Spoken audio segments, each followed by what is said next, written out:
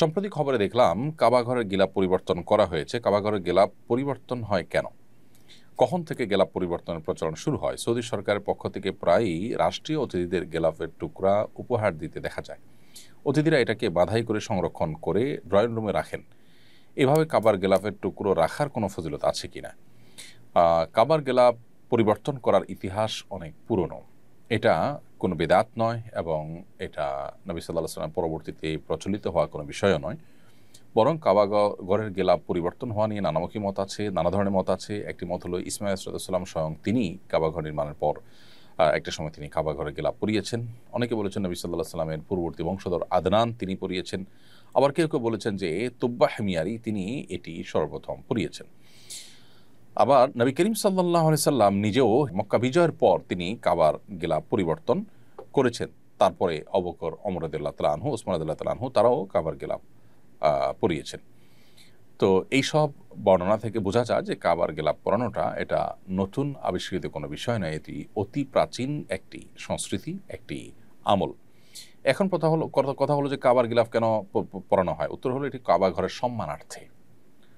কোরআনকে যেরকম কোরআনের সম্মানার্থে আমরা কাপড় দিয়ে কাভার দিয়ে পেঁচিয়ে রাখি, বই পুস্তক যেরকম আমরা মলার দিয়ে বাধাই করি যাতে এটা তার প্রতি সম্মান প্রদর্শন কিংবা সেটার আপনার সুন্দরভাবে সেটাকে নিরাপদে রাখার জন্য কাবা ঘরের গিলাফ পরিধান করানো হয় সেটাকে সম্মানার্থে, জাস্ট কাবা ঘরের সম্মানার্থে। এবং এটি যেহেতু নবী করিম সাল্লাল্লাহু আলাইহি ওয়াসাল্লাম সহ খুলাফা রাশেদা তাদের পূর্বের যুগ থেকে চলে আসা একটি কালচার, নবী সাল্লাল্লাহু আলাইহি ওয়াসাল্লাম সেটাকে রীতিনীতি করেননি, বরং সেটাকে তিনিও ধরে রেখেছেন। এখান থেকে বোঝা যায় যে এটি মৌলিকভাবে সঠিক একটি কাজ এবং কাবা ঘরের প্রতি সম্মান প্রদর্শন করা এটা আমাদের কর্তব্যের অংশ। তো এই প্রক্রিয়া সম্মান প্রদর্শন করাটা শরিয়া সিদ্ধ। এখন কথা হলো কাবা ঘরের গিলাফ পরিবর্তন করা হয়, পরিবর্তন করা গিলাফের টুকরো যে অনেকে নিয়ে সংরক্ষণ করেন যারা পান সেটা সৌদি সরকারের তরফ থেকে, সেটা ঠিক আছে কিনা? এর উত্তর হলো হ্যাঁ, সেটাও ঠিক আছে, এটা দোষের কোনো বিষয় নয়। তবে কাবা ঘরের গিলাফ হেফাজত করার বা এটাকে রাখার আলাদা কোনো ফজিলত কোরআন বা সুন্নাহ বর্ণিত হয়নি। এটা ঠিক যে কাবা ঘরের প্রতি সম্মান প্রদর্শন, কাবা ঘরের প্রতি ভালোবাসার জায়গা থেকে যে কাবার ঘরে এটা লেগেছিল সেটি আমি সাথে রাখলাম, এই ভালোবাসা প্রদর্শনের জন্য কেউ রাখতে পারে নিজের কাছে। তবে এটা রাখলে বিশেষ কোনো উপকার, বিশেষ কোনো ফজিলত, বিশেষ কোনো মর্যাদা লাভের কথা কোরআন সুন্নাহ আলাদা করে বর্ণিত হয়নি, সেটিও আমাদের মাথায় রাখতে হবে। হজের তওয়াফের সময় ভুলবশত হাত সবুজ বাতির দিকে তুলেছিলাম, এতে তওয়াফ বাতিল হবে কিনা? বিষয়টি নিয়ে আমি খুবই বিচলিত। না, তওয়াফের সময় আপনার হাত ডানে বামে কোনো দিক গেলেও তাতে তওয়াফ বাতিল হয় না। সেক্ষেত্রে সবুজ লাইটের দিকে হাত যাওয়াতে কোনো অসুবিধা নেই। আপনি হয়তো হাজর আসওয়াদ পাথরের দিকে হাত তুলতে গিয়ে ডান পাশে তুলেছেন, তাতে আপনার তওয়াফের কোনো ক্ষতি হয়নি। শেখ ফেরদৌস আপনি লিখেছেন খেলার জার্সি পরে নামাজ পড়লে তা আদায় হবে কিনা?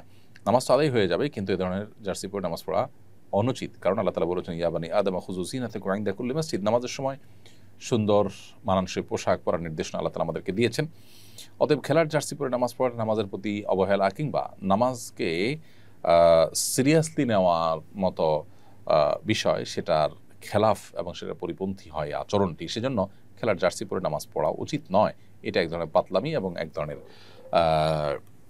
আমাদের নামাজের প্রতি যে শ্রদ্ধা, যে দায়িত্বশীলতা, সেটার খেলাফ হয়। নামাজ পড়তে গেলে এমন পোশাক পরে আমাদের নামাজ পড়া উচিত যে পোশাক পরে আমরা সম্মানিত ব্যক্তিদের সাথে সাক্ষাৎ করতে যাই, গুরুত্বপূর্ণ কোনো জায়গায় যাই। যে পোশাক পরে আমরা সম্মানিত কোনো ব্যক্তির সাথে সাক্ষাৎ করতে যাই না, গুরুত্বপূর্ণ কোনো জায়গায় যাই না, সে পোশাক পরে যদি আমরা নামাজ পড়তে যাই সেটা হয় নামাজের প্রতি অবহেলার শামিল। যদিও এভাবে নামাজ পড়লে নামাজ আদায়ই হয়ে যাবে, কিন্তু এটা অনুচিত, অনুত্তম। যে আমি আমাদের মহল্লার ঈদগাহে আলোকসজ্জার কাজে অংশগ্রহণ করেছি। অনেকে বলেন এটা অপচয় ও লোক দেখানো, কিন্তু আমি নিয়ত করি মানুষ যেন আনন্দ পায়। আমার এই কাজটা কি ইসলামের দৃষ্টিতে নিন্দনীয়? দেখতে হবে যে আপনি কতটা আলোকসজ্জা করেছেন। আলোকসজ্জা করতে যদি আপনি সীমা লঙ্ঘন করে থাকেন, অতিরিক্ত আলোকসজ্জা করে থাকেন, তাহলে সেক্ষেত্রে সেটা ডেফিনেটলি নিন্দনীয় এবং মন্দ কাজ। আর যদি স্বাভাবিক আলোকসজ্জা করে থাকেন, ধরুন সেখানে কোনো আলো নাই, আপনি লাইটের ব্যবস্থা করেছেন, 2-4-10টা লাইটের ব্যবস্থা করেছেন, অথবা খুব ছোটো ছোটো লাইট যেটা দিয়ে আলোর কাজ হয়েছে, যেটাতে আপনার অনেক বেশি বিদ্যুৎ বিল বা এরকম কোনো আপনার খরচের ব্যাপার-স্যাপার যেখানে নাই, তো সেটা ইসলামের সংস্কৃতির অংশ হিসেবে আপনি করেছেন, সেটা ঠিক আছে। কিন্তু অনেক ক্ষেত্রে দেখা যায় সীমালঙ্ঘন হয়, বাড়াবাড়ি হয়। এই বাড়াবাড়িটা নির্ভর করে যে আপনার সমাজে সাধারণত এ ধরনের অনুষ্ঠানের জন্য কতটুকু আলোকসজ্জাকে মানুষ স্বাভাবিক মনে করে। ধরুন সেখানে ঈদের নামাজ হবে, তার আগে আপনি আশেপাশে লাইট লাগাই দিলেন, একটু আলো দেখা গেল, রাতেও মানুষ দেখতে পেল যে এখানে ঈদগাহ, ঈদের নামাজ হবে, এক ধরনের ঘোষণার কাজ দিল এটি, সেটুকু পর্যন্ত ঠিক আছে। কিন্তু অতিরঞ্জন যেটা, সেটা দেখলে বোঝা যায় যে গাছপালা সব কিছুকে আপনি একেবারে লাইটে মুড়িয়ে ফেলেছেন, অতিরিক্ত আলোকসজ্জা করেছেন, এটা অপচয়ের মধ্যে পড়তে পারে। এজন্য এটা ডিপেন্ড করে যে আপনি কী রকম আলোকসজ্জা সেখানে করেছেন তার উপরে।